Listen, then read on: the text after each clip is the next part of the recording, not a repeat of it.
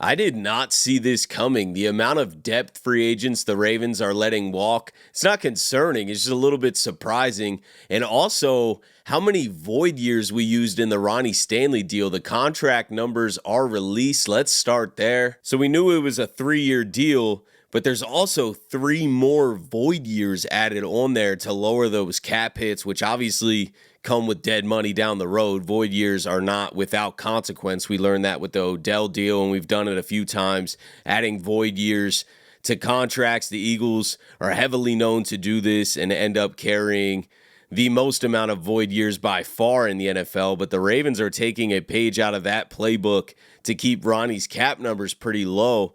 And if you look at this, it looks like it could be a 2-year deal. Now, there's no guaranteed salary at all in the 3rd year. There would be a $12.1 million dead cap hit if we did want to get out of it, and that cap hit that year is $20 million, but nothing's guaranteed that year.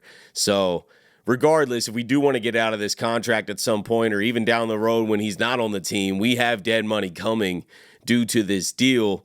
But it is down the road. We're definitely pushing the can down the road, and they went aggressive with these void years. Eric DeCosta was not playing around. The 2025 cap hit is only $5.8 million, and the 2026 cap hit is only $9.8 million. So maybe the Ravens haven't restructured any contracts. I was kind of theorizing, saying that maybe the Ravens and Lamar behind the scenes have restructured to clear more cap room, and they still may have.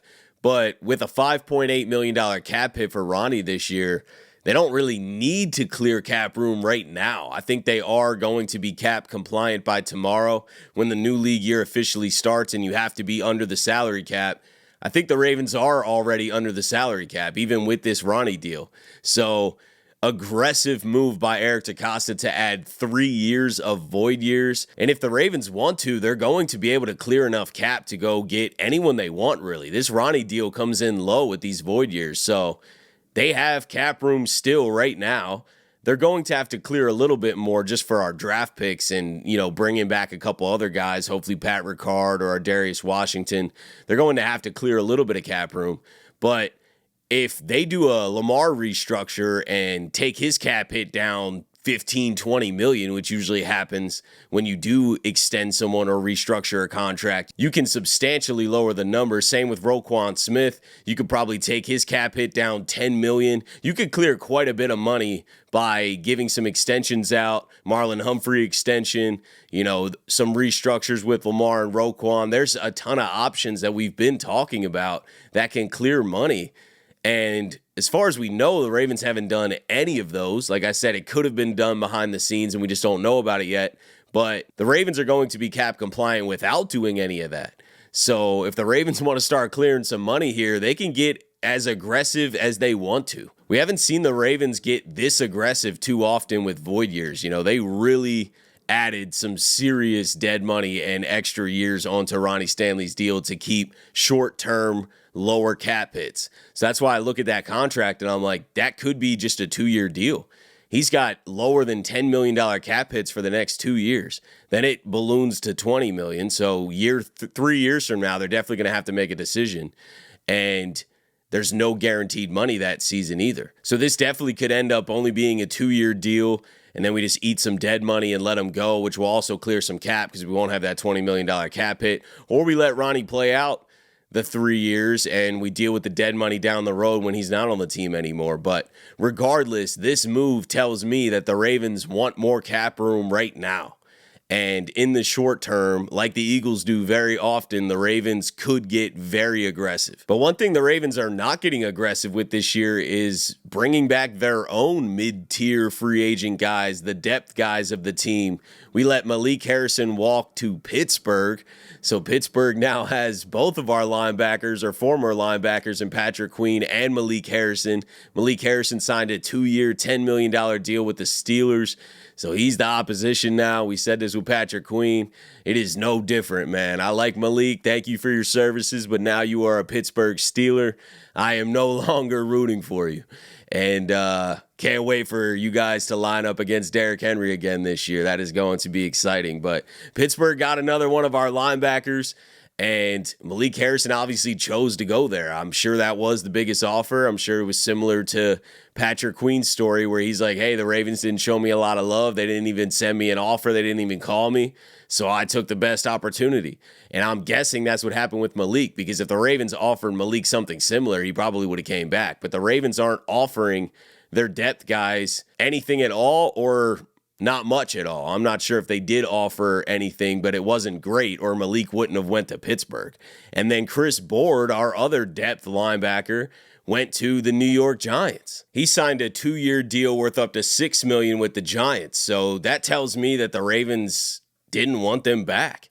And it really shows their confidence in Trenton Simpson this year. This is a huge year for Trenton Simpson now. He is definitely the guy. You know, there's no rotation of Malik Harrison and Chris Board. We saw last year Trenton Simpson was playing a lot earlier in the season, and then when Chris Board and Malik Harrison got some more opportunity in that Chargers game when Roquan Smith was out, they really shined, and all of a sudden Trenton Simpson's playtime pretty much dropped to zero.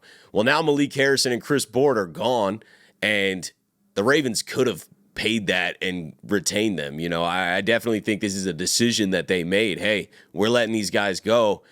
It does show their confidence in Trenton Simpson. I think a huge year's coming for Trenton Simpson. It also opens a little bit of a hole. We need to definitely get more linebacker depth. You can always attack that through the draft. We could always re-sign Christian Welch as well, who's also one of our free agents. I'm sure there's some veteran value free agents that are either available now or will come available that we can probably add to the room. But regardless, we definitely have a depth hole at linebacker right now by letting Malik Harrison and Chris Board go. I was a little bit surprised to see both of them walk, especially on day one of free agency. You know, those aren't names that I was expecting to instantly get signed on day one.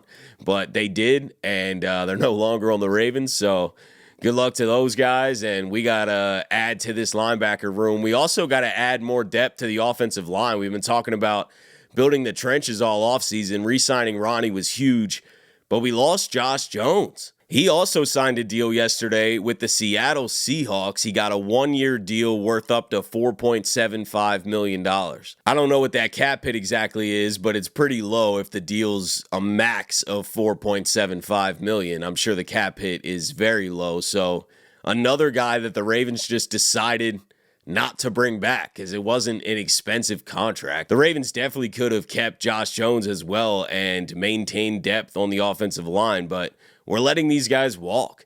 And it's not a huge deal. I'm not sitting here saying, like, we got so much worse because of it. There's a long offseason. The Ravens are obviously going to add to their roster. We have 11 picks in the draft. We're going to add depth through free agency and the draft. I'm not freaking out or anything.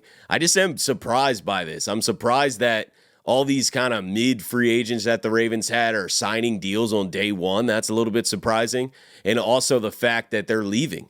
You know, the Ravens they're either not offering them anything or they're barely offering them anything because these guys want to go. So there's definitely some depth holes created at linebacker and on the offensive line. I think we needed to add depth and competition to the offensive line regardless.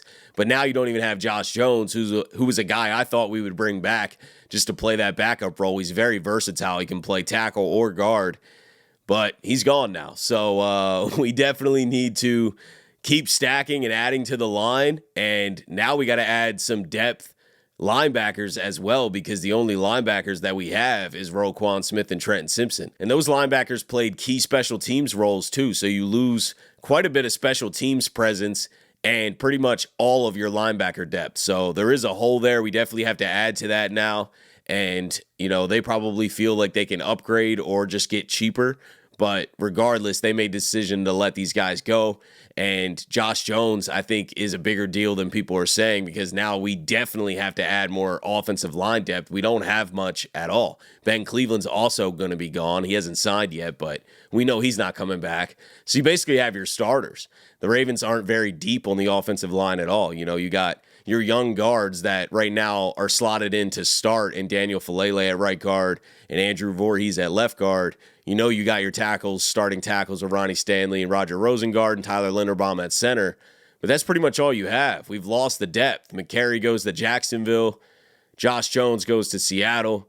Ben Cleveland's probably going to go somewhere else. I'm almost sure of it. So the Ravens need to add to that depth and create competition there. And I don't know if they'll do that in free agency or the draft, but they have to do that. We are very thin there right now. So the O-line need gets a little bit bigger, I think, and the depth of linebacker need is opened up. That's a hole that I didn't really expect to be open, but it is now. So we're going to have to make sure that we take care of that. And then also we're pretty thin at cornerback. So still some needs for the Ravens to go attack out there. Our starting roster is obviously very good. I'm not concerned about the roster at all, but there's some work to do to fill out this depth of this roster. I don't think that it's done by any means. And with the way that they structured that Ronnie Stanley deal with all those void years, the Ravens can get very aggressive and go after who they want. They have that opportunity now. So I think they'll end up clearing some cap room and making a move or two. I don't think this is going to be a silent free agency. I don't think we're going to be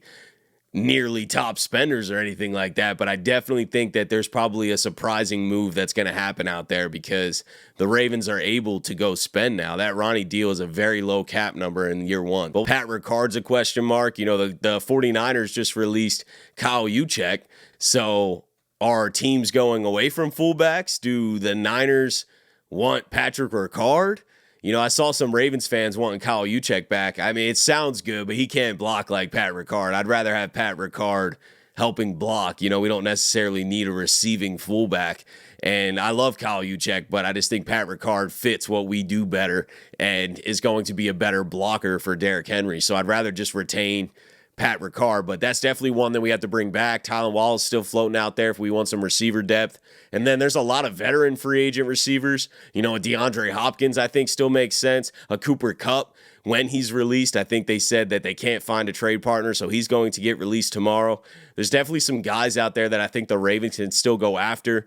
We'll see what happens with Mark Andrews. Is he getting traded, or are they just going to let him play this year out? I mean, we have the cap space right now. We haven't cleared any yet as far as we know, so we have enough to just let Mark play this year out if we really want to. I know that's an expensive cap hit number, but if the Ravens just want to let him ride this year out and then let him go, they can do that. So we'll see how it all shakes out. Let me know what you guys are thinking about everything. Appreciate you as always for tuning in to another episode of the Flock Rundown. Have a beautiful rest of your day, and I'll let the greatest linebacker in the history of the game take us out. Ravens Flock. Flock Rundown is the place to be. My man Ryan has been a lifelong Ravens fan since he was born. The Flock Rundown. Nothing gets better than waking up and wondering how high we can fly. Tune in. Motionless brainwaves attempt to swim their way to sense, can't tame the untamed.